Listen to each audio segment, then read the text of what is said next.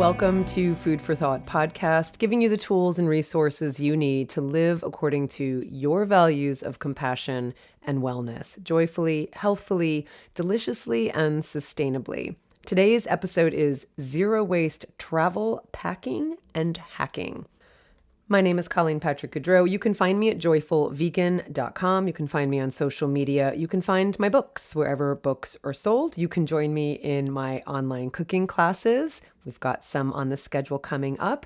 And you can join me in my vegan trips around the world. This podcast is 100% listener supported. So if it's something you enjoy, something you value, something you listen to again and again, something you share, please join other supporters by going to patreon.com/Colleen Patrick-Goudreau to become a supporter at your chosen level. And don't forget to share the love by leaving ratings and reviews of this podcast and sharing it with your network. Thank you so much. Hi, everyone.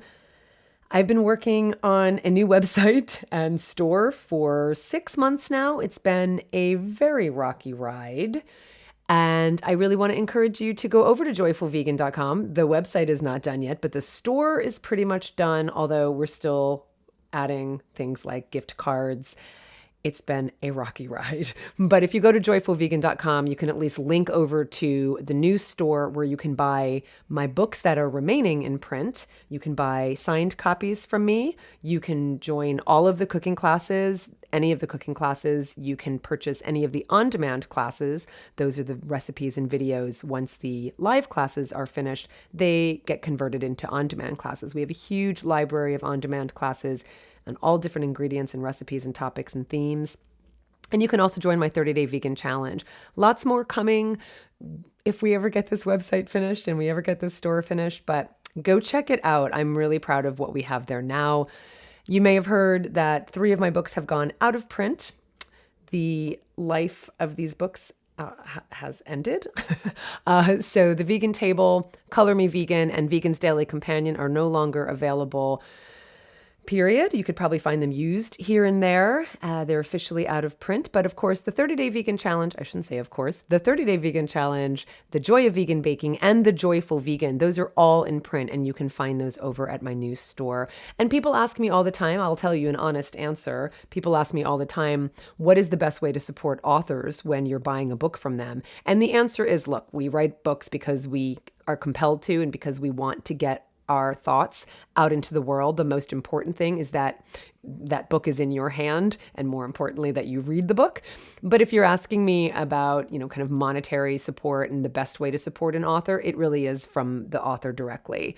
So the difference between you buying a book, even from a bookstore or Amazon or any place, and you buying it from me directly is about a 50% difference. And that's a huge amount. So if you really do want to support authors, go and buy books from them directly when possible. And now that that is set up on my website, you can buy my books from me, the remaining books from me directly from me. And that is a huge help. So thank you for that.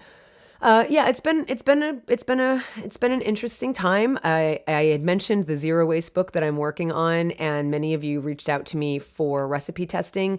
It doesn't look like that's going to happen right now. I've gotten rejection after rejection after rejection from publishers. So clearly not the right time, or we haven't found the right publisher. And so that's not happening right now. So I'm just really focusing on my podcast, focusing on creating really high value content that you can absorb and chew on and share with others, working on my classes, my cooking classes, which I really, really enjoy teaching.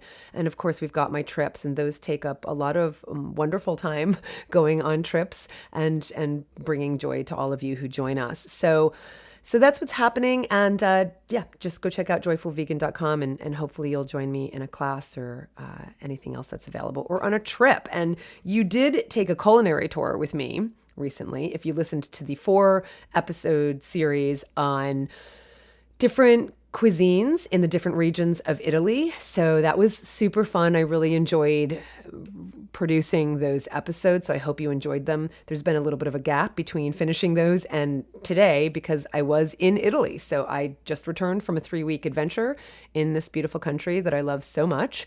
And some of you actually joined me on these trips in real life, for real. First in Tuscany, and then in northern Italy. And the trips were nothing short of fabulous, thanks in part to our wonderful travelers, and thanks in no small part, in fact, to a very large part, to my business partners and my dear friends, World Vegan Travel. But more on that in a bit. About today's episode, I'm using the word travel hacking in the broadest possible sense because typically the idea of travel hacking refers very specifically to the number of levers you can pull to basically get credit card points and redeem them for travel.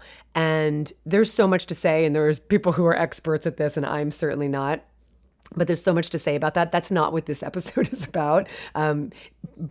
But World Vegan Travel, Bridie and Seb. Bridie has a podcast called World Vegan Travel, so definitely check that out and listen to all of the wonderful episodes there. And on the Tuscany trip, we had a light bulb. I forgot who it was. One of our travelers suggested having David on Bridie's episode to talk about travel hacking. David learned all about travel hacking in the sense of credit card redemption, points redemption for traveling in style for virtually no money from Seb. But Seb, I think he's not going to go on the podcast.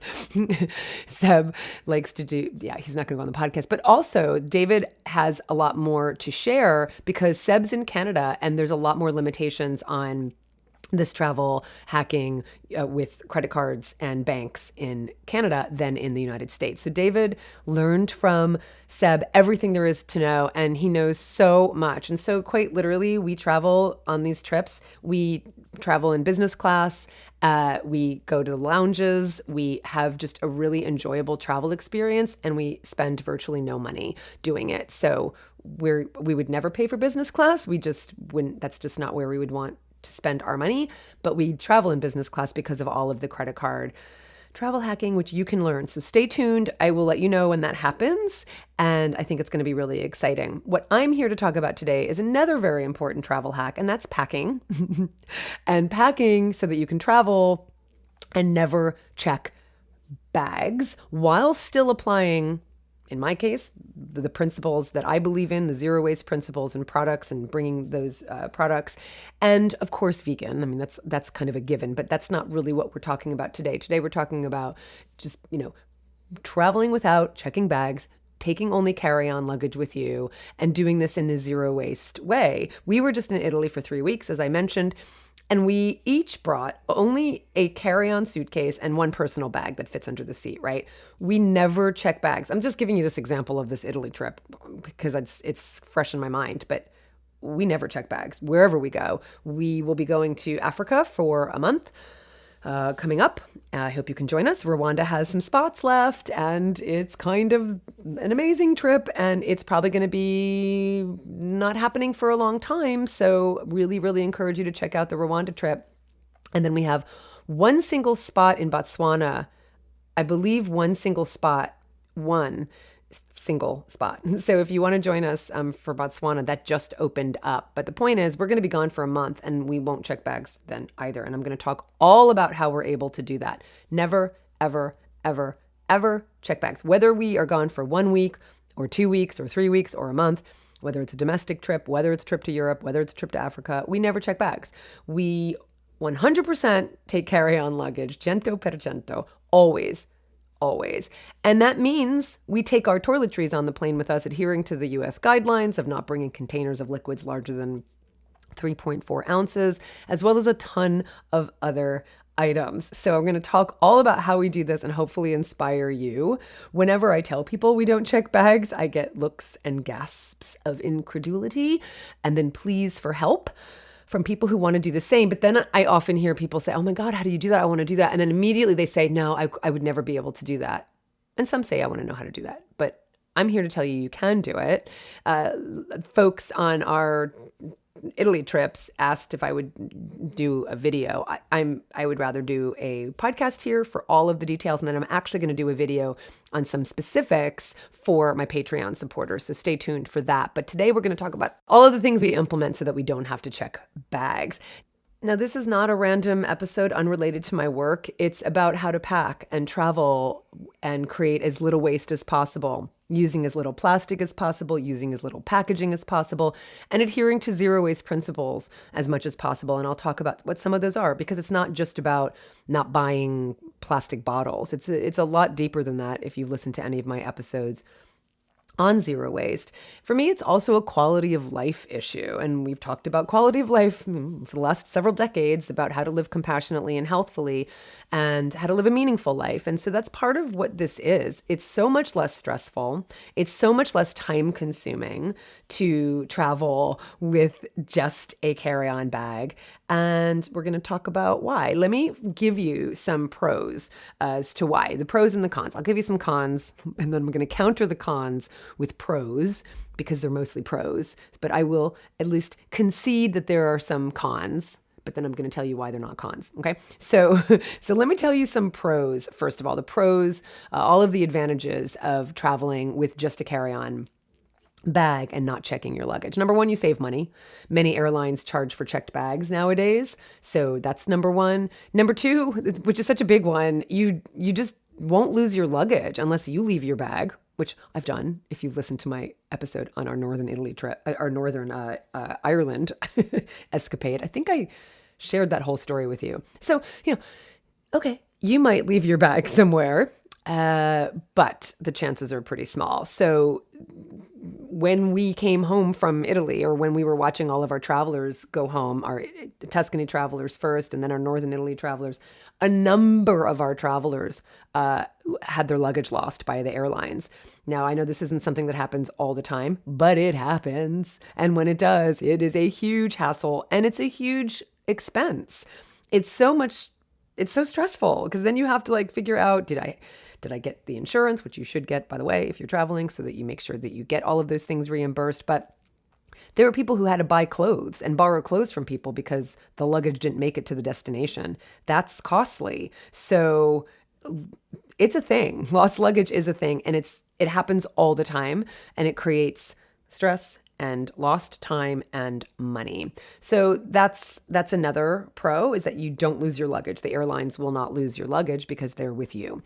It's with you all the time, right? So that's kind of related to number three, that I have it safely with me all the time. I don't want to just give over my valuable clothes and shoes and things to the airlines. I want to keep everything with me safely and securely. So you save money, you're saving time, you're saving stress, you're preventing the potential that your luggage would get lost. And you do save a lot of time in the sense that you're not standing around waiting for your luggage. That's just not how David and I like to travel. We like to, just get off the plane and start our journey, or on the way home, we just want to get off the plane and get home. I don't want to stand there waiting for my luggage, and with the potential that it's actually not going to be there, right? So that's just, for us, that's just not how we want to spend our time. It's also less stressful because if you have a connecting flight with a short window to board the next plane, you can just obviously take everything with you and just get right to the next security checkpoint. That happens a lot, especially for international travel. You never know if you're going to have to go back through security again. And it's so stressful to have to go through security again. And if you have to wait for your luggage, which is the case, again, in a lot of European travel, lots of times, if you have connecting flights, you have to go get that luggage that was checked and wait for that luggage and then go board your connecting flight. So it's just stressful. And I just try to mitigate stress in my life. I do create stress for myself in many other ways. Lessons and gifts. I'm a practicing human like everybody else, but where I can avoid creating stress, and maybe it doesn't stress you out, it stresses me out. It stresses me out when I have to get a connecting flight and it's a short window and I have to go get checked bags. And we've had to do that because we've been forced to check bags in some cases, but it's just stressful and I want to avoid that. So you check your bag, you don't check your bags, you just have your carry-on. You just go right from one gate to the next. And I love that. So cons. Number one, once you get to the airport, if you don't check your bags, you're still, carrying your luggage around with you, right? Hopefully you have wheels on your luggage, on your carry-on. You probably have a personal item as well, like a backpack or a tote. So you are lugging things around the airport a bit. But honestly, well, I'll counter that by saying, we just go right to the lounge when we travel. We just go right to the lounge, or we go right to the gate. And so it's not a big deal. And because it's not a massive bag, it's just a carry-on bag. It's not like it's super heavy, and it's not super laborious to lug it around because it's just a carry-on. So that's number one. I guess you could say, like, yeah, I want to be free. I don't want to have to worry about rolling my bag around the airport with me. Fine, sure. That could be a con. And if that's more important to you, then that's more important to you. For me, I'd rather keep my luggage with me and, just kind of roll around my bag wherever I need to. And of course, when I'm with a partner like David, and if you're with a partner, it's easier. If you have to go to the bathroom, obviously you're bringing everything in with you. If you're with a partner, they could stay and watch your luggage for you. So again, if that's your con and it's enough to say, nope, I still want to check bags, that's fine. That's fine. But it's not a con for me. Number two, if you haven't planned well, and we're going to talk about what it means to plan well in terms of the size of your suitcase, your carry-on, there's a chance your carry-on won't fit in the compartment above your seat, and you will have to check your bag after all. So that's about planning well, and I'm going to talk about that. So that con can be avoided. Same thing if you're late on the plane, if you're one of the last people on the plane because of extenuating circumstances and all the compartments are full, you will have to check your carry-on after all. So, okay, you've gone through everything to avoid checking your bags and you still have to do that. Okay, just don't be late, right? Or fine, maybe on one leg you had to check your bag, but then when you're coming back home again or what have you, you don't have to check your bags because you get there early enough. So that's not really a con for me. I think some people would say a con is that you're limited in terms of how much you can bring with you on your trip. That's not a con because that's what this entire episode is about. So I'm going to tell you about how you can mitigate that and bring everything you want with you. Everything you want with you and still just have a carry-on. And then the other con I think people would say is that you have less room for souvenirs or gifts when you're traveling, so that when you come back home, you can't do that.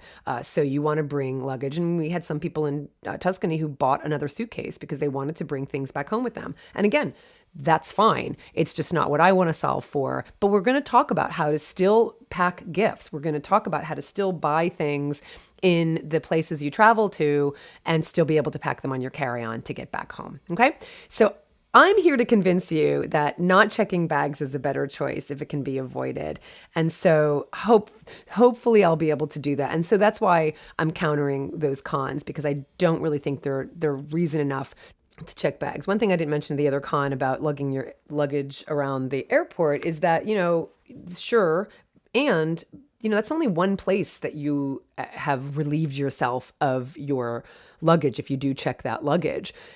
You're getting that luggage once you land, right? And so you're carting that really large bag around to the taxi, to the hotel, from your house to the taxi, whatever. It's just, you're lugging around a much bigger bag if in places other than just the airport, if you do bring a large suitcase that you're going to check. So I would argue that even though, yeah, sure, when you're walking around the airport, you're bringing around your carry-on, it's still smaller. I think I maybe said that already, but you get the idea.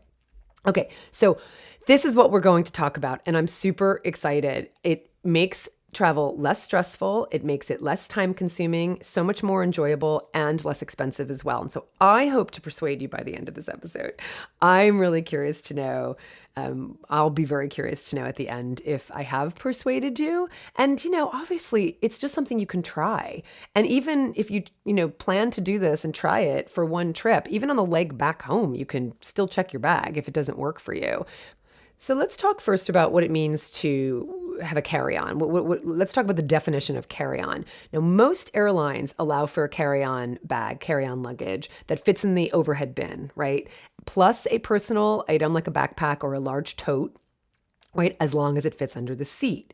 So we were gone for 3 weeks in Italy, in 2 different parts of Italy, which also means that we were in slightly different climates. It's colder in the north, though there was a heat wave when we were there, throughout Europe, but in Italy especially.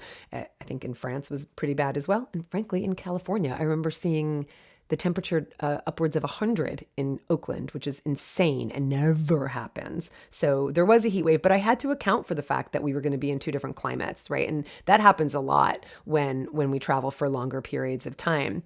They were also very different trips. There's lots of hiking on the northern Italy trip, so I had to bring hiking clothes, and I also had to bring a rain jacket because it was going to potentially rain. And I had to bring bulkier hiking shoes than I wore. And I never wore my hiking shoes in Tuscany. I think once I put them on for the animal sanctuary, but otherwise, I'll tell you what I brought. So we were gone for 3 weeks, and here's what I brought with me.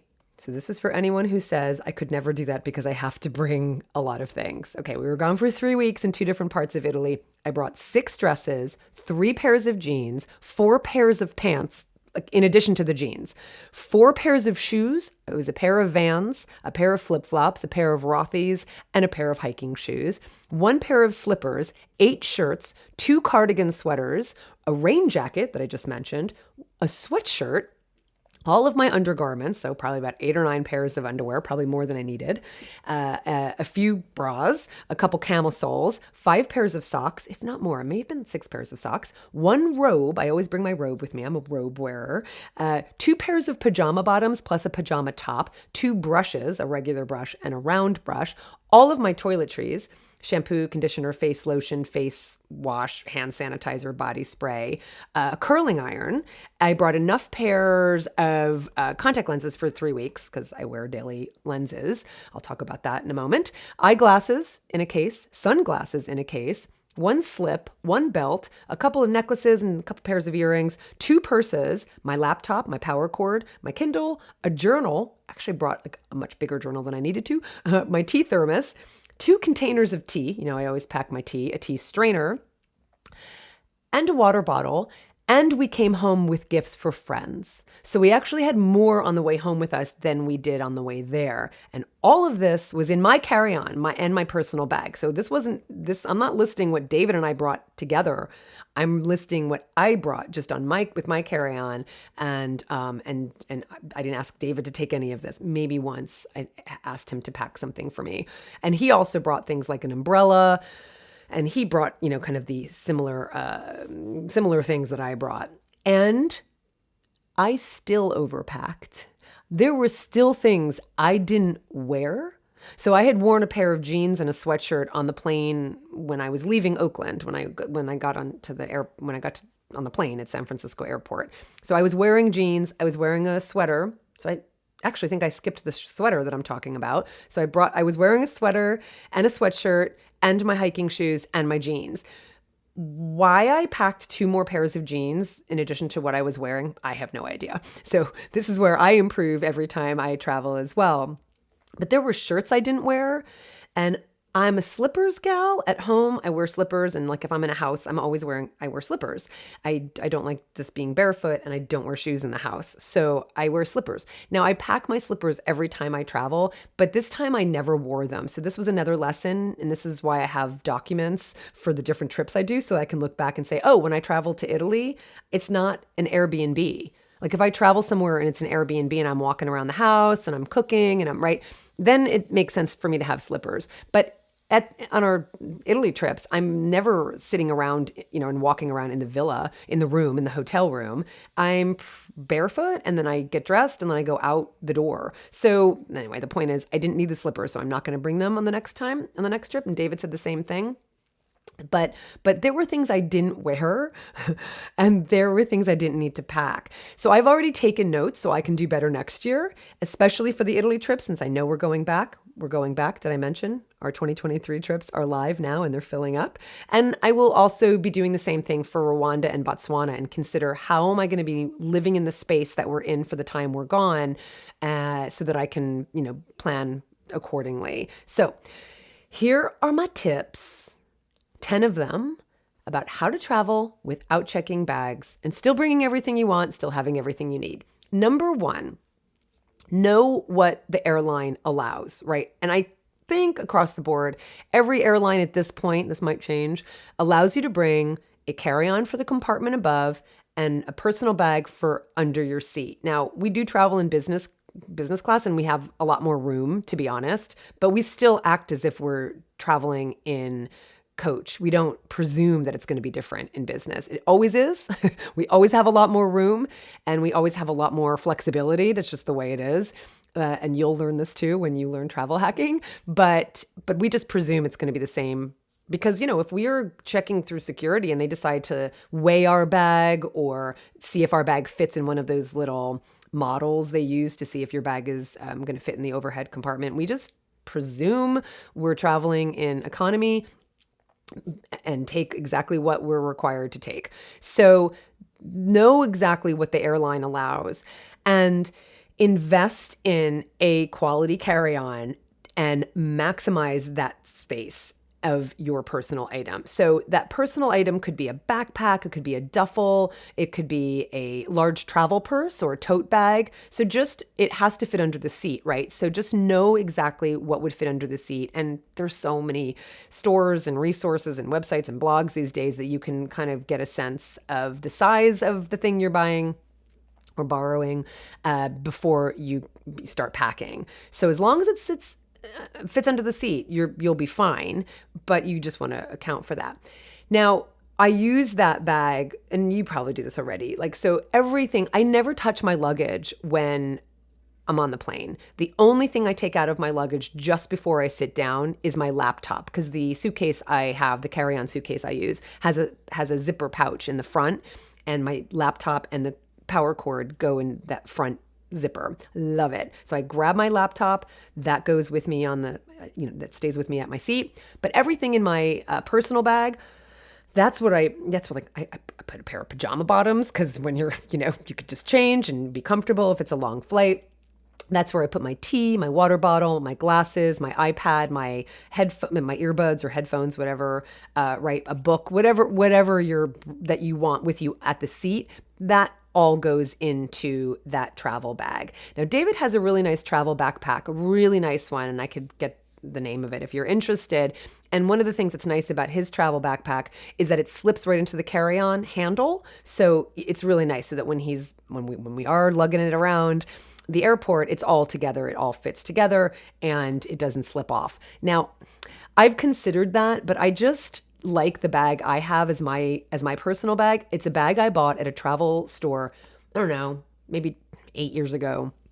And I love it because it's really cute. It's a black and white striped bag, and it's something I could use as a purse also wherever I go. It's a little large for me to carry around as a purse, but it's basically a bag I can take with me once I, unpack and empty it out. I can use it as a tote, and it's cute. It's fashionable. Not that I'm like any kind of fashion icon, but it's cute and I like it, and I can use it as a purse too. It doesn't slip over the carry-on handle, but I'm willing to just keep using it because I really, really like it. And so what I also pack in addition to that bag is a purse. So I had a little tiny purse with me that's just large enough to fit my iPhone. And that's what I brought with me like when I went on hikes, like because David had the backpack and so he was carrying heavier things. But I had that just for like walking around cities and when I hiked. And then I have another purse, also a fabric purse, or I'll bring my Arceo backpack. So that's what I bring in terms of bags, but that's what to know. Just know what you can bring on the plane and make sure your bags fit the criteria imposed by the airline. Number 2 is what type of carry-on suitcase you buy or borrow or get or have, whatever. So take a look at the size requirements. As I said, they're going to differ from airline to airline, but you can find the average size. And I think you'll find that the carry-on requirements are bigger than you might think. They're not tiny. These are not tiny bags. We have like the maximum size carry-on bags, because David does the same thing, that we can. And so just know that, but maybe find kind of a middle ground because, one airline might be a little different and you might have to check your bag after all. So just kind of do a little bit of research. But the most important thing I want to say in number 2 is go with a soft bag. Don't go with a hard shell. Make sure your bag is a soft shell.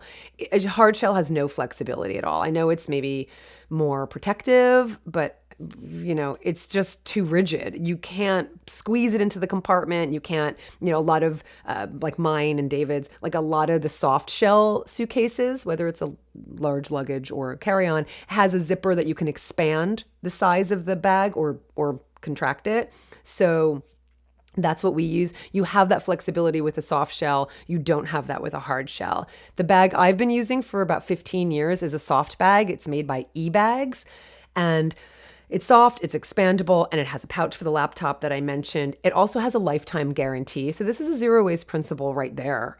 When you're purchasing things, look for a lifetime guarantee because then you don't have to just keep, when a company decides to include a lifetime guarantee or warranty on their product, it means they're saying they know that quality is so high that they're not going to have to actually utilize it because their quality is high. If you're buying cheaper things, it might be cheaper in the short run, but in the long run, you're going to have to replace that more often. And so zero waste principle is about value. It's about valuing what you have and having things of value so that they will last a long time. So my handle did break on this e-bag a few years ago, and they replaced it. They replaced it for me. So look for a good bag, soft shell, lifetime warranty. Look at eBags. I actually love this bag, and there's so many different kinds. Now, a few years ago, I bought another bag that I thought I was going to be using for my carry-on, and I made the mistake of getting a hard shell. So I'm telling you this from experience. The reason it's an away bag. Away bags are really lovely. It's a pretty pink color. Like, I really liked it. And I like the inside. I like how deep it is, but I never use it when I travel because of what I said. And I also like that had 4 spinner wheels. The e-bag I have now, and I don't want to replace it because I really like this bag, but I really wish it had 4 spinner wheels, so that you don't have to pull it with your arm, and that's not great for your shoulders. But that's why I got the away bag. And you know what? I'm going to be giving it away because, little play on words there, because I don't like the hard shell. And just an aside here, a tip from the hip, and I'm going to be giving you some tips from the hip. I think I learned that expression from Bridie.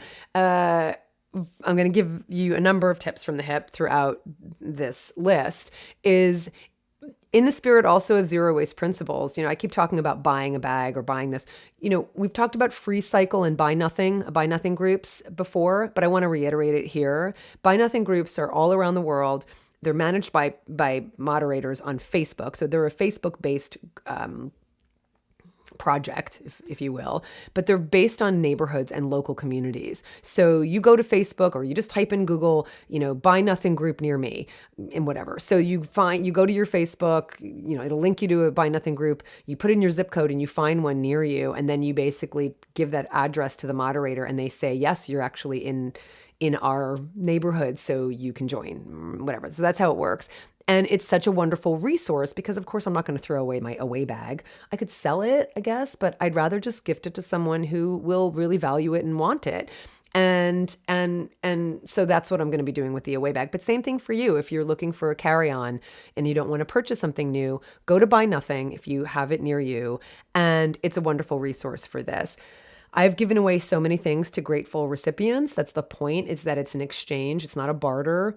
It's not a trade. It's actually just in the spirit of gifting things that someone else will value. And it's so lovely. And I've received so many things I value. When I got home from Italy just a few days ago, my hairdryer broke. It just conked out on me. I feel like I go through blow dryers again, I don't feel like, finding the right one that has a good warranty. I haven't found that yet for blow dryer. So that's on my list, but it conked out on me and I didn't want to go buy another blow dryer. So I went over to my Buy Nothing group on Facebook and I asked anybody if they had a spare blow dryer that they weren't using. And within 5 minutes, I had several responses. I could have waited for more, but I responded to one right away. She sent me a picture of the one she had. And that afternoon, I drove 10 minutes from my house and I picked up a perfectly good blow dryer, which is actually nicer than the one I had. and there you go. So it's just one example of many. I've also borrowed travel related items through Buy Nothing. So don't feel like you have to go out and buy anything that I'm recommending. You can borrow from friends, from neighbors, from a buy nothing group, or you can buy a used one. So that's my tip from the hip related to that. What number are we on? So that was number 2. Ooh, I think I have 9 because I think I miscalculated here. So number 3, that was number 2. So number 1 is know what the airlines require, know what the size requirements are. Number 2 is get a soft bag. Your carry-on should be soft, not rigid and hard. Number 3, if you are gone longer than a week, like I was, do not pack for the entire time you're gone. So I was gone for 3 weeks. I did not pack for 3 weeks.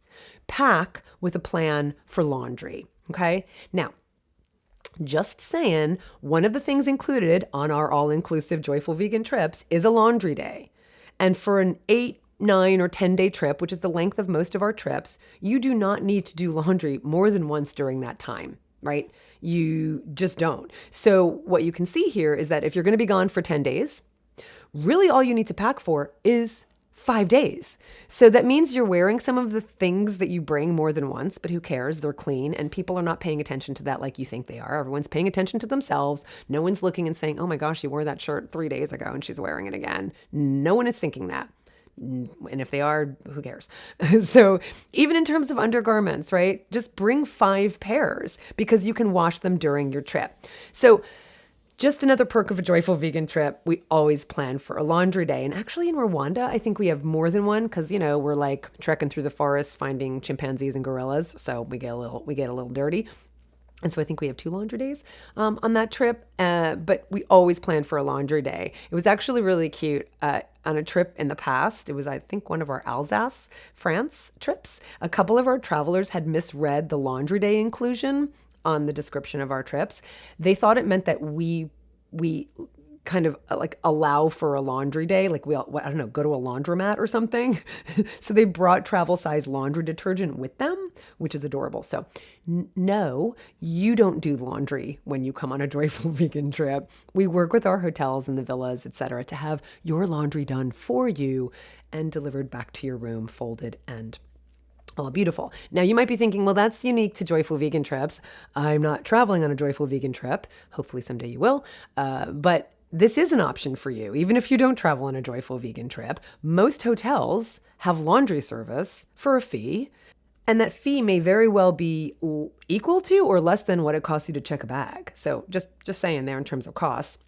The other option, of course, is if you don't get laundry done by the hotel, you can always wash some things in the bathroom sink or the shower or the bathtub and then hang them to dry on the heated towel rack, and you don't need to worry about running out of clothes. Now, that's just hotels. If you travel and you stay in VRBOs or Airbnbs, or you rent a house or an apartment, most of them have washers and dryers, or a washer and a dryer. So plan ahead for that. Check to see if laundry is an option when choosing your accommodations. And Bob's your uncle. Okay. So number 4 is, no, that was number 3. Number 3 is plan for laundry. Just look ahead, ask the hotel you're staying at, and maybe if you're deciding between 2 hotels, maybe that's the thing that tips you from one to the other. So speaking of tips, another tip from the hip is I mentioned packing only for 5 days if you're traveling for 10, and that you'll wear some things more than once, and who cares? But one way to get around that also is to pack a couple extra accessories. So pack more accessories than outfits.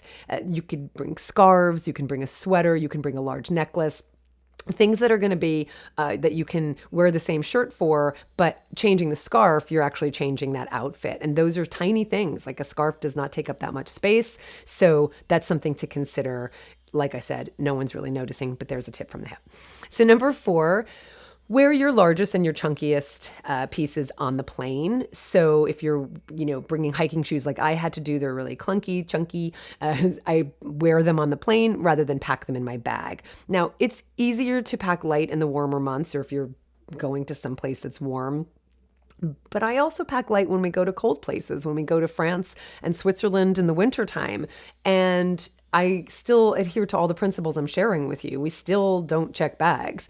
So if you need to take a coat and boots, thick sweaters, scarves, plan accordingly. You don't need more than one coat. You probably don't need more than one pair of boots. And so you're only going to bring maybe one pair of shoes versus 4 pairs of shoes, because the 4 pairs of shoes I brought, aside from the hiking shoes, they were pretty small, right? Flip-flops and Vans and my little Rothies. So they're small. Okay, you just maybe bring 1 pair of boots if you're going to somewhere that's cold. But the bulky items, the point is they take up a lot of space in your suitcase, in your carry-on. So just wear them and kind of bulk up when you're going to the airport. And you can put your coat on you as a blanket. Another little thing, if there's a blanket there for you that's wrapped in plastic, you could spare that plastic being opened up and your coat can be your blanket on the plane. So the point is, bring the bulky stuff with you on the plane. Number 5, toiletries. We all have priorities. For me, it's bringing my hair products and my hair tools with me wherever I travel. I don't have that many tools, but I do bring a curling iron with me wherever I go. If I travel domestically, I bring my regular curling iron with me. And if I travel to Europe, I actually we bring adapters. So that's something David's in charge of when we travel. He brings all of the adapters for wherever we're traveling. But I found that bringing an adapter and then plugging in my US curling iron would actually blow out the curling iron. It just didn't work. And so it would often blow out my curling iron. And I didn't want to keep doing that because that's pretty wasteful. So what I did was, and I think Bridie helped me do this when they were living abroad, I bought a European plug curling iron. And so that's what I bring with me when I travel out of the country, out of the US. And it has changed everything. So I always have my curling iron with me and I know it's not going to blow out because it's actually the wattage in the outlet of whatever country I'm in. So that's a priority for me. I'm willing to carry my curling iron with me. Now, I don't bring a hairdryer with me because most places have a hairdryer. I mean, I can't think of a time recently when I didn't have a hairdryer. Sometimes I get annoyed at the hairdryers in Europe because sometimes they're the kinds of hairdryers, and I find this mostly in Europe, not in the US. The hairdryers are the kind that you have to hold the button down for it to emit the air. Oh my God, I hate it. It's like so ergonomically unergonomic and it drives me nuts. So I prefer the hairdryers. We just turn the switch on and you can use those. On our Italy trips, there was only one place that had the hairdryer with the button you have to hold down. But the point is, I'm not going to bring my own hairdryer with me. That's always going to be taken care of in the hotel, with the hotel, by the hotel, in the hotel. You get it. But the curling iron, that's what I bring. So whatever your priority is, account for that. If your priority is bringing, I don't know, your Game Boy or shaving kit or 4 pairs of vegan stilettos, that's fine. You decide what to pack, and some things are going to be more important than others. For me, when it comes to the toiletries, I don't skimp on bringing my shampoo, bringing my conditioner, bringing my hair products, the styling products, and bringing my curling iron. I'm not leaving that up to chance, especially since once I travel out of California, my hair changes completely and it's frizzy, and because usually it's hot where we're going or it's humid and my hair is completely different. So I just want to try and mitigate that as much as possible and have all of my styling products with me. Now, when it comes to toiletries, in addition to my curling iron, when it comes to the toiletries, more and more hotels are moving to larger bottles, like affixed in the shower, rather than the small disposable shampoo and conditioner and stuff. I don't really want to take the chance still, because some hotels are still using those disposable. Now, I will say when you come on a Joyful Vegan trip, we actually work with the hotels to not have those disposables. So we work with them to, again, kind of implement as many zero waste principles as we can. But so I'm going to still, though, however, bring my favorite products, and I'm going to do that because then there's no waste created at all. You know me, I love my plain products. And if you want to get a discount on the plain products and you want to use my affiliate link, go to joyfulvegan.com. You can also go to the store. The store has my favorite products in one place, including all of my message wear, the Joyful Vegan message wear, totes, aprons, that kind of thing. But it has links to all of my affiliate programs, which is only like the plain products, the Nama Juicer, and complement supplements. So you can go to my new store by going to joyfulvegan.com, because until my new website is built, you still have to go to joyfulvegan.com and then click on cooking classes or click on whatever, and it'll go to the new store. Okay. And so you can get the link for the plain products there, and you can get the discount code, and you can get a discount. So the coupon code to get a discount. So I'm able to bring enough shampoo and conditioner in my 3.4 ounce bottles for a 3-week trip. So I do that. But I also travel with shampoo and conditioner bars, or a bar. David usually brings a shampoo bar, and I will bring a conditioner bar. He doesn't use conditioner. I use conditioner. And that takes up a little less space than even those 3.4 ounce travel size bottles, even from plain. So I just I vary that one. I go back and forth. I also take my hair products. These are also in travel size containers. And I take my face lotion and face wash. And I got the best advice once that I implemented for the first time on this trip to Italy is, contact lens cases. They're small, right? They're not large. They don't take up a lot of space. When it comes to like a face lotion, I don't need a lot. I just need like a little dollop, right? So someone suggested putting lotion in the 2 little contact lens case holders. Like, there's one for the left eye and one for the right eye. And it worked. I didn't need a lot. And it's lotion, so it's not like super liquidy, so it didn't leak or anything like that. I took the contact lens case with some face lotion, body lotion, whatever you want to take, and it worked like a charm. Love it. So I do have contact lens cases laying all around the house. I've been wearing contact lenses for 45 years, and I'm not kidding. I got them when I was 6 years old. And even if you don't wear them, you can find them for free on FreeCycle, buy nothing. You can go to an eye doctor's office. I loved that advice. I'm passing it on to you. And yet I still have another tip from the hip regarding that, if you're interested. So again, in terms of zero waste principles, I mentioned I wear contact lenses. I wear daily contact lenses, which means more packaging. I don't love that. And please don't write to me and say that I'm a horrible person because I should be wearing glasses instead, which is more zero waste. Sure, I could do that, but that's probably not going to happen. I have really poor vision. I have an astigmatism. I'm legally blind by DMV standards. I would never, legally blind means I could not operate a moving vehicle without corrective lenses. My vision is so poor and it keeps getting worse.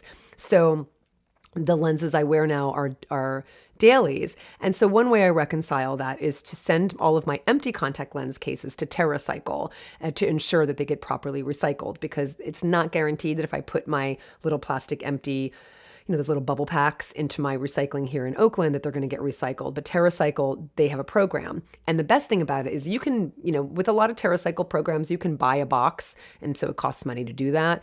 But also you have an example of this with the contact lens cases, or the contact lens bubble packs. The eye doctors, optometrists, opticians, they sign up to be a drop-off spot for these TerraCycle boxes. So what I do is I accumulate a huge box of the empty lens cases, and my husband also wears contact lenses, and then I drop them off at a local optometrist, and so they then bring the box, this massive box, to the post office, send it off to TerraCycle, and they get properly recycled. So all that's to say is, while I obviously bring 3 weeks worth of contact lenses when I travel, I come home with the same amount of packaging because I bring them back home with me. I don't just throw my contact lens cases out wherever I'm traveling because that's stupid, because I care enough that I'm doing this at home. I want to do it when I travel too. So I basically, and David does this too, he gives me all of his empties and I come back home with all of the empty contact lens cases, the bubble pack that I then put in that box and I bring over to a local optometrist. So the point is, I'm emphasizing this because my carry-on suitcase doesn't get lighter when I travel. It's actually more full because I also buy gifts, and that's what we're going to talk about as well. So that is number 5. Is that really only 5? 4? 5. Yeah, 5 was toiletries. So 6, I misnumbered them when I was writing this. 6 is where so it's related to, what is it?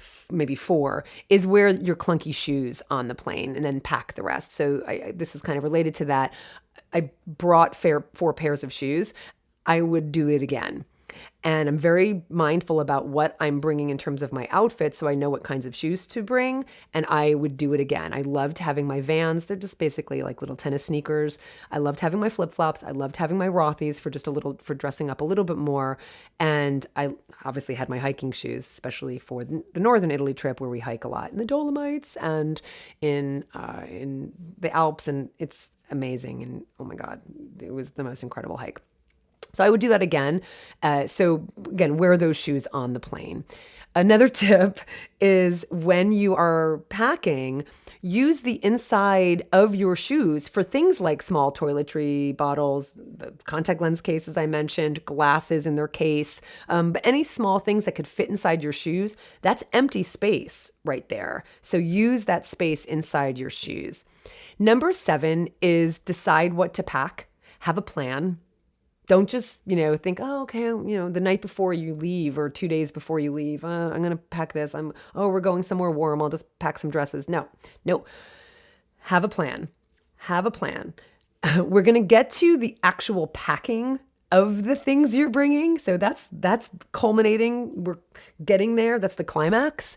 But before you actually do the final packing, you need to know what you're bringing. And I really advise you to create a plan. Take a look at the weather for the time you're going to be gone. I know it's hard because you can only get 10 days out, but do your best. Start writing out exactly what you want to bring. I mentioned that I have made notes about what I want to do differently for next year or for the next trips coming up. And I'm not kidding. I use Google Docs. I have not just like a packing list on Google Docs. I actually have different packing lists based on where we go. Europe in the summer. I don't know, whatever. I don't call it that. It's called Italy, but it tends to be the same thing, right? So when we go to Rwanda, I'm going to have a different list than I would have when I travel to Italy to Tuscany.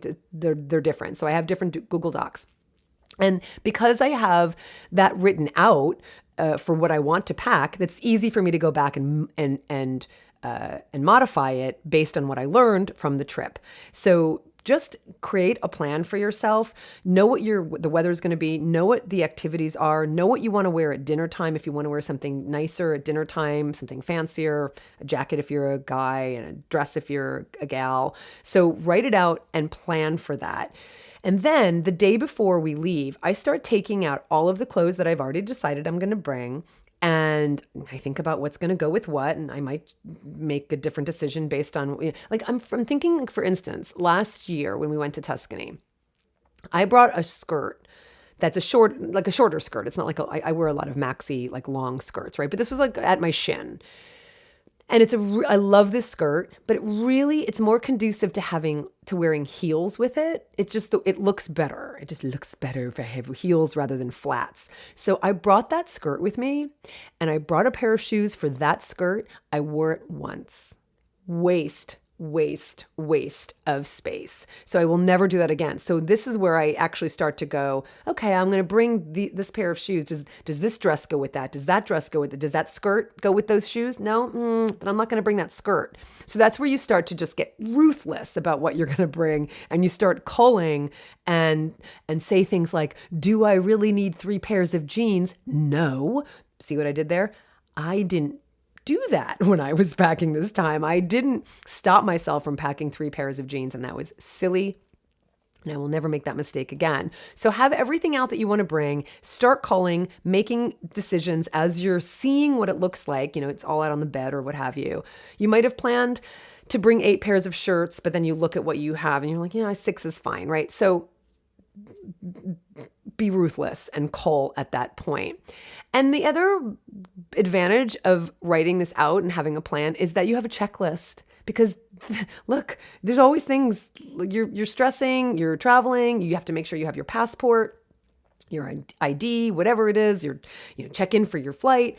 And so you're going to forget things. And so the idea of having all this written out means that you have a checklist, and then use the checklist, because there have been times I had my checklist, but I didn't consult it before I was walking out the door. So have a plan, and prepare. And now to the biggest secret of all, how to actually pack all of that in your carry-on soft case bag and your personal bag, how to actually pack it so that you can maximize the space. That is where we're going next. But first, I want to thank you for your support. So as I mentioned, this podcast is listener supported. It has been for really as long as I've been doing this podcast. It started out as a listener supported podcast, and there were times where I had different sponsors here and there, but it's just not where I want to spend my time. I mean, the truth is, there's been a monumental shift in how people on the internet, including podcasters, get paid for their content. It's shifted to company sponsorships and promotions and this whole influencer thing. And I have just chosen not to do that. I know that maybe you think I should, but it's just not what resonates for me.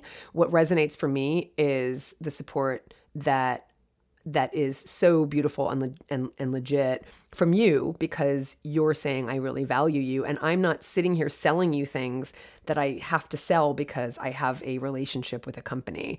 Any sponsorship you would have heard in the past was absolutely genuine. There was nothing I sold that I didn't believe in, but I just couldn't keep doing that, and that's just not where I want to spend my time and my bandwidth. So I have visions of what the future could look like in terms of membership program. We used to have a membership through the Compassionate Cooks Club. That was kind of the original iteration of this. And now we're on Patreon, but it also has lots of opportunities for that. So I do envision kind of shifting a little bit, but it's still going to be through you. And I don't have the ability to do that right now, but we do have Patreon, and every single dollar of your support goes back to this work. It goes right to this work that you value.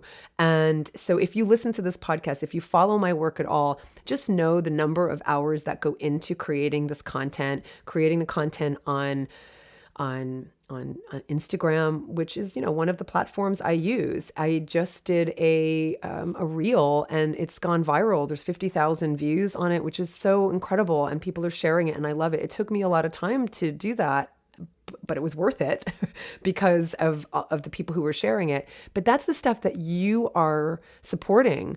It's value for value, right? So that's what this is. So if you are able to support my work through Patreon, $10 a month, $20 a month, $30 a month. There's so many different perks at different levels. Let me know if there's other ones that you think would be valuable for you. You get discounts on my cooking classes. You get discounts. You get special content. You get special, I'm going to make this video I mentioned, I'm going to talk about in a little bit. So, I'm giving back in that way as well, but mostly I know you're supporting this work because I'm giving through this content. So every amount counts. If you have been supporting and you haven't checked your account in a while, would you please consider doing so? There's just declines all the time. And I just don't right now have the support to go and actually look at all of those declines and then write to you and ask you to check your credit card. So if you could do that, that would be fantastic. And the other thing is, if you can support at the annual level, it's really helpful because it just gives the support right up front, as opposed to you doing something like, so for instance, if you decide to do the $10 a month, you get a discount when you do it annually. So you pay whatever it is, let's say $90 for the year. And that way, that $10 a month, there's no risk of that credit card declining. Maybe you changed your card, maybe you closed that card, maybe you lost it, maybe it was stolen. And so then you forget to go to Patreon and change your account. Well, that pledge you made, I don't get what you actually pledged. But if you do it up front as an annual pledge, then there's no risk of that. So anyway, that's why your support matters so much. And I just want to thank some of my longtime high-level supporters. You've heard these names before. They are still supporting me. I'm tearing up because I'm so grateful to all of you. I'm grateful to all of you at every level. And thank you to all of these longtime high-level supporters. David Cabrera and Alexander Gray are still supporting my work. Renee Marinkovich, thank you, Renee. Valentina Zenkel, Brooke Boussard, Michal Stone, and Sylvie Raquel. You have just been loyal supporters, and I'm so grateful. I could not do this without all of you. So thank you so much. And, I'm still grateful to hear from so many of you. We used to do the love letters episodes, and I haven't done them in a long time, but let me just read a couple quick emails to you. They're short. So this is from Suzanne, who said, I've been a listener of your outstanding podcast for the past few years, and I just want to thank you for providing engaging, insightful, and compassionate podcasts on a variety of topics. As a vegan for the past 10 years, I've learned so much from you.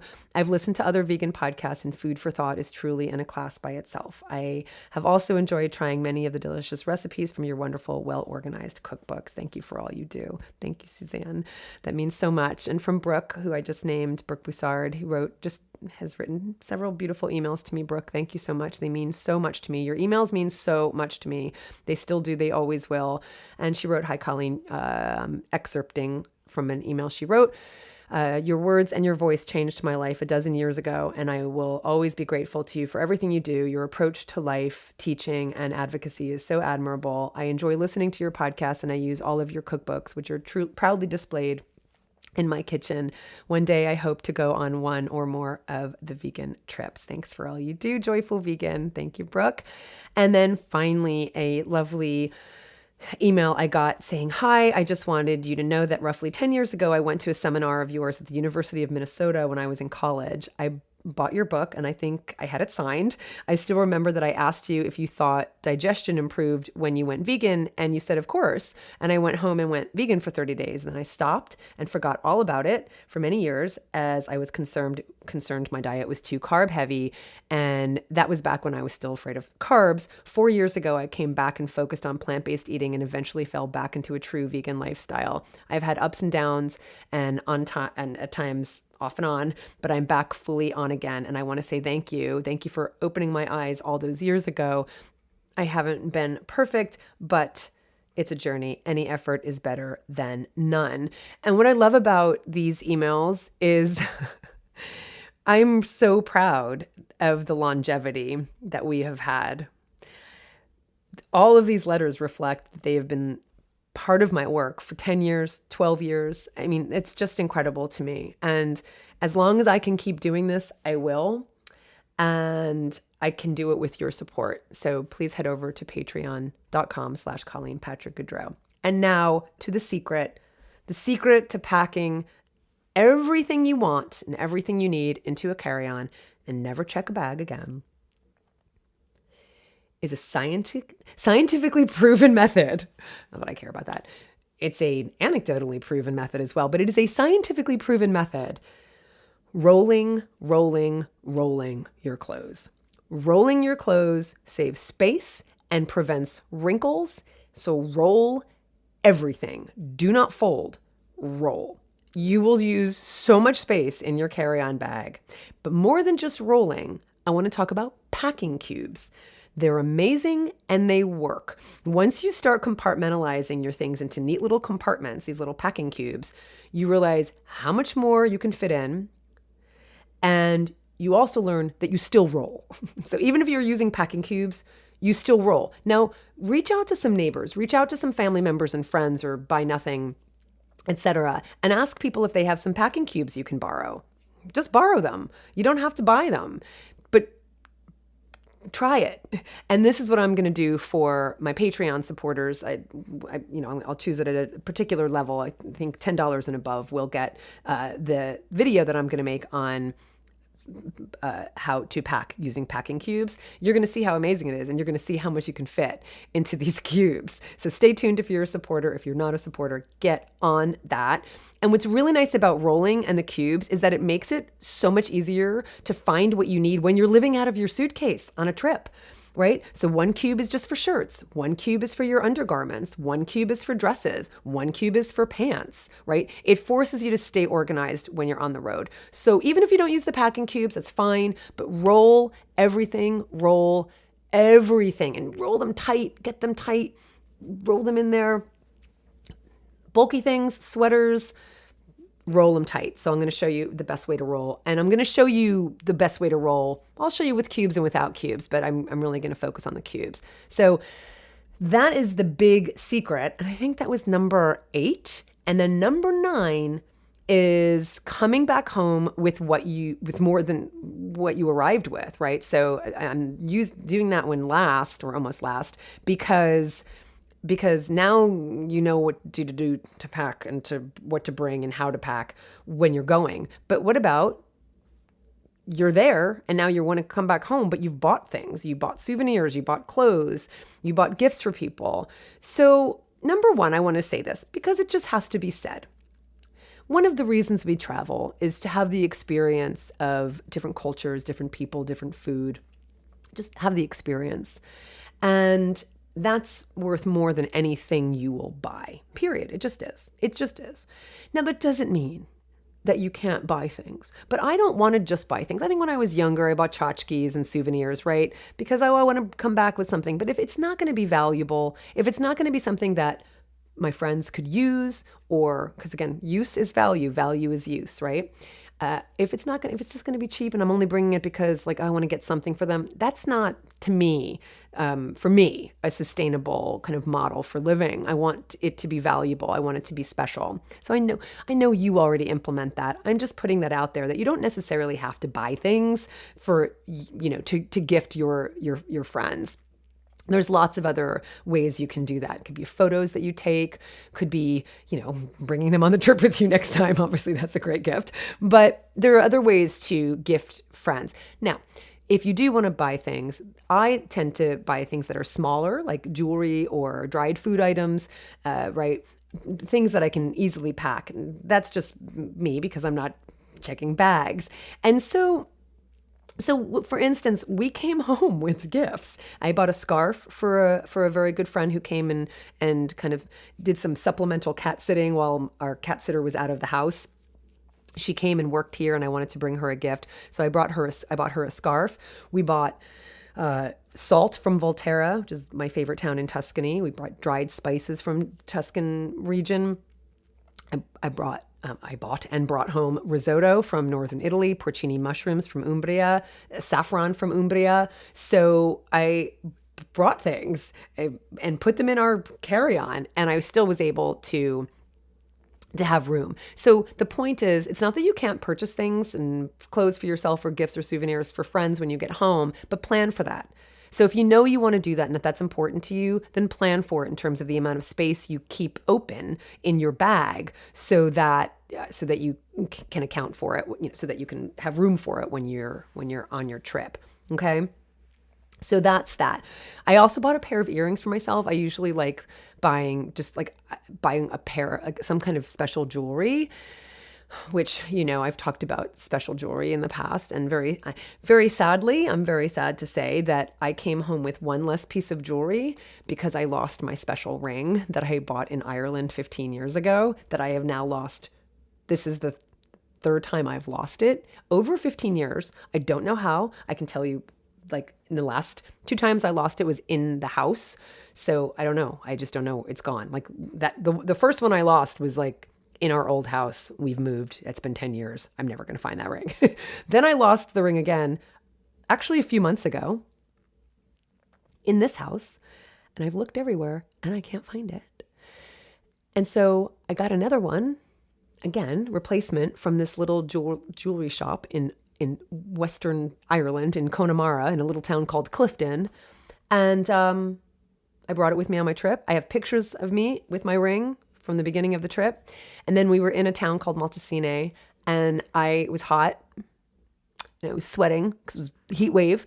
And I went into the bathroom, and on the counter, I put my ring on the counter because I wanted to put my hair up in a ponytail.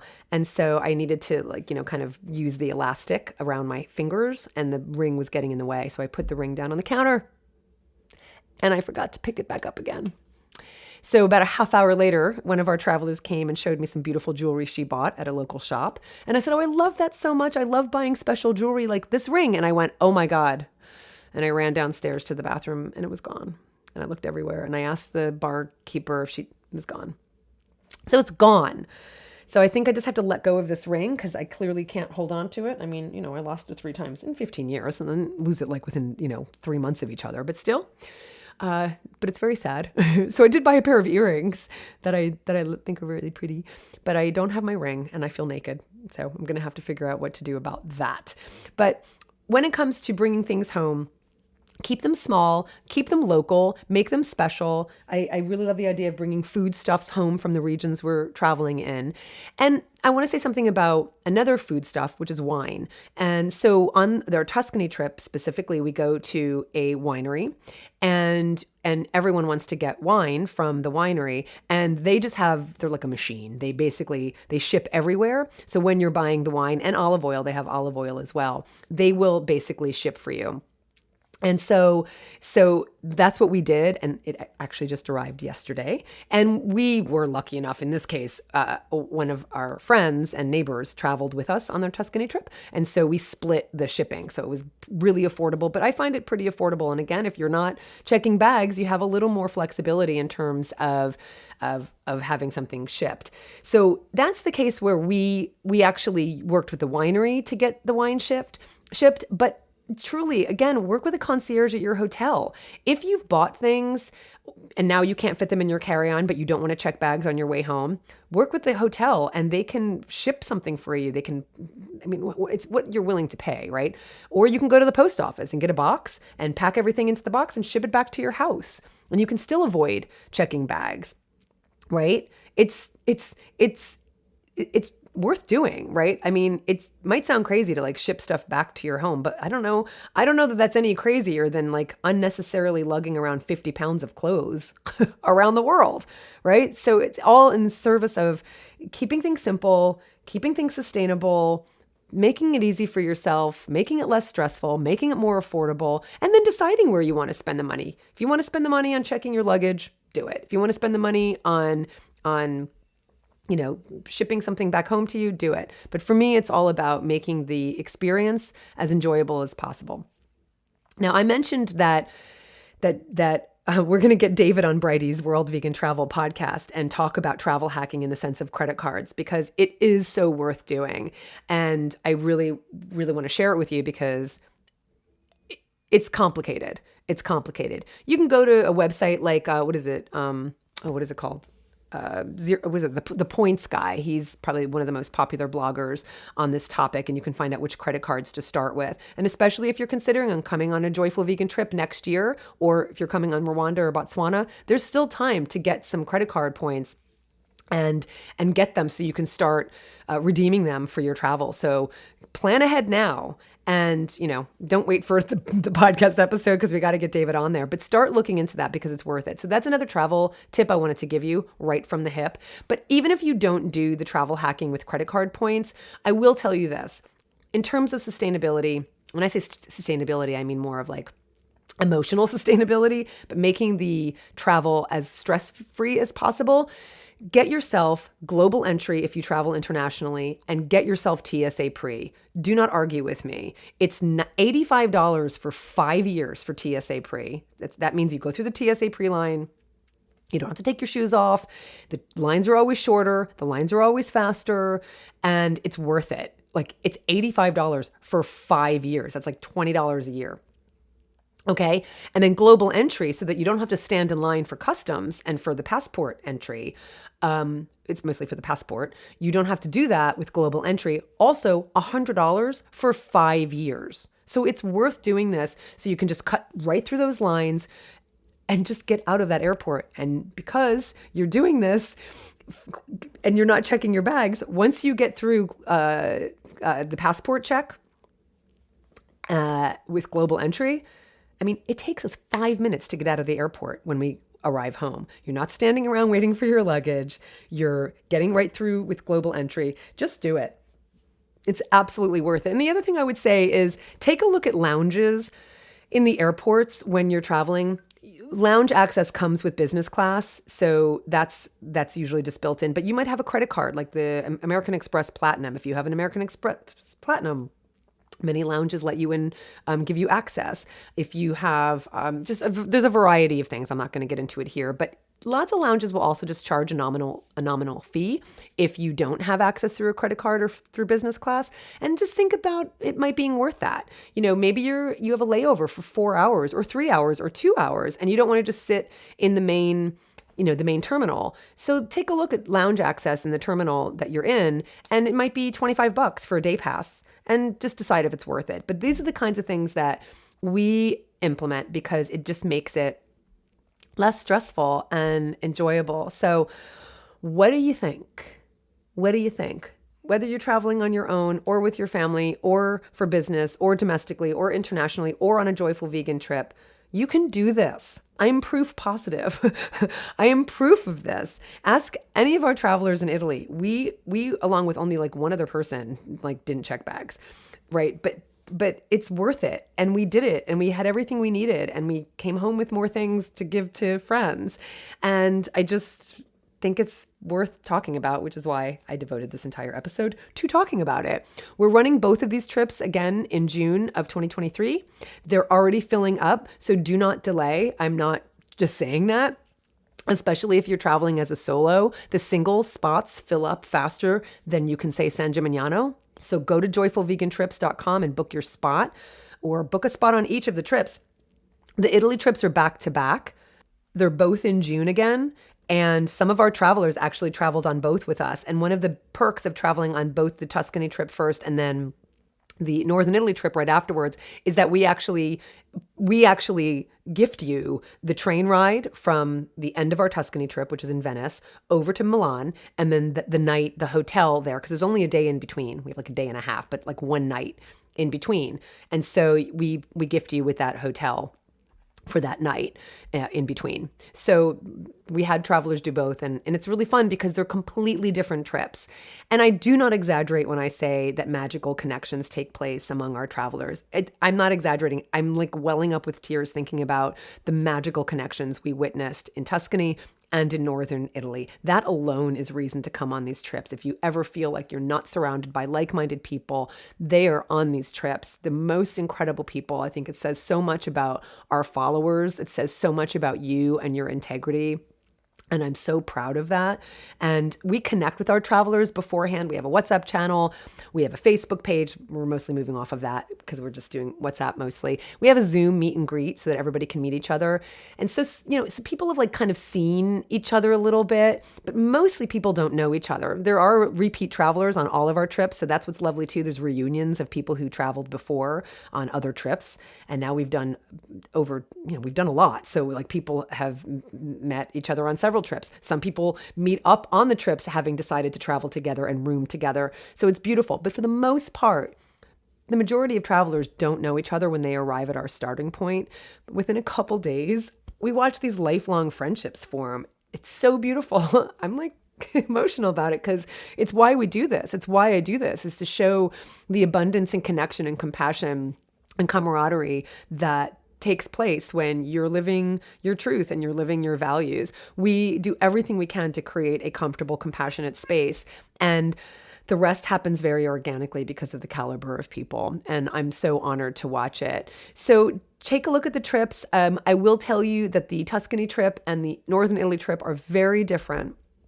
They're very different. Like when you think of Italy, I think you think of like Tuscany. I think that's what most people think of when they think of Italy, like rolling hills dotted with cypresses, cobblestone streets with 14th century cathedrals and towers and olive groves and vineyards as far as the eye can see, like, under the Tuscan sun. That's basically what it is. And the food at our villa is beyond phenomenal. It's still the best food ever. I said that after our October trip, and I'm sticking with it. It is just phenomenal. It's the most local, regional, organic, colorful, beautiful, delicious food you will ever eat. But really everywhere in Tuscany, it's just phenomenal. And all of the vendors we work with and the restaurants we work with, because we're in Tuscany. It's Tuscan food we're eating that's vegan by default because so much produce is grown there in this region. So it's just phenomenal. And it's not just the food, it's the whole experience. My favorite day, I mean, we talk about the long lunches. I talked about it in the cuisines episodes. Long lunches that go on for hours because that's how Italians value their time and connection with one another and friends and family. These long lunches, and we've done that in southern Italy. And here in Tuscany, I think my favorite day was the day we had this very long lunch at the most gorgeous animal sanctuary. It was like a quintessential 3-hour-long Italian lunch with incredible food, incredible wine, and incredible friends. So that's the Tuscan trip. The Northern Italy trip is totally different and just as wonderful. We start in Milan, but we don't spend any time there. Just like we don't spend time in Florence, even though we start in Florence. You can come a few days early on the Tuscan trip. You can come a few days early and spend some time in Florence. And same thing with the Northern Italy one. You can come a few days early and spend some time in Milan. But we just meet there and then we head over to all of our accommodations and destinations. So after Milan, we head right up to Lake Garda, which is not far from Lake Como, but Lake Garda is so beautiful. And we stay in an incredible 5-star old world villa for a couple nights, and we enjoy time at the lake and on the lake. The Northern Italy trip is called Mountains, Lakes, and Canals. Like, we are in the mountains, we are on the lakes, we are on the canals. Like, it's stunning. Then we head farther north to the region called Trentino Alto Adige, and that borders Switzerland and Austria. So it actually was part of Austria at one point. So it's very German speaking. You hear more German than Italian, but it's a place that most Americans don't really go. It's known for medieval castles and beautiful outdoor landscapes and activities, and the region encompasses part of the Dolomites, which is a section of the Italian Alps, and that's where we wind up and have the most incredible hike. Just take a look at my photos and videos if you want to see that. And then from there, we head to Venice, where we cap off our trip on the canals of this phenomenal city. We stay on the Grand Canal. We enjoy gondola rides and surprises that I do not want to reveal because we like surprising our travelers. So I can't say enough about how phenomenal these trips are. And it's all thanks to our dear friends and partners at World Vegan Travel, Brady and Seb. Anyone who's been on these trips, they know how hard they work. They take care of every logistic and then some so that you can just relax and enjoy and not worry about a thing. I've hosted trips with other travel companies that were not the caliber of these trips. Not the right fit for me at all. Not the right fit for you. They will remain nameless, but I know of when I speak when I say that these trips are phenomenal. I'm so grateful to host them, and I hope to see you on one of them. So head over to joyfulvegantrips.com. I hope this helped. I hope this convinced you to at least give it a try. Drop me a line and let me know. Please leave ratings and reviews of the podcast. Please become a supporter and share this with others if you find it helpful. For the animals, this is Colleen Patrick-Goudreau. Thanks for listening.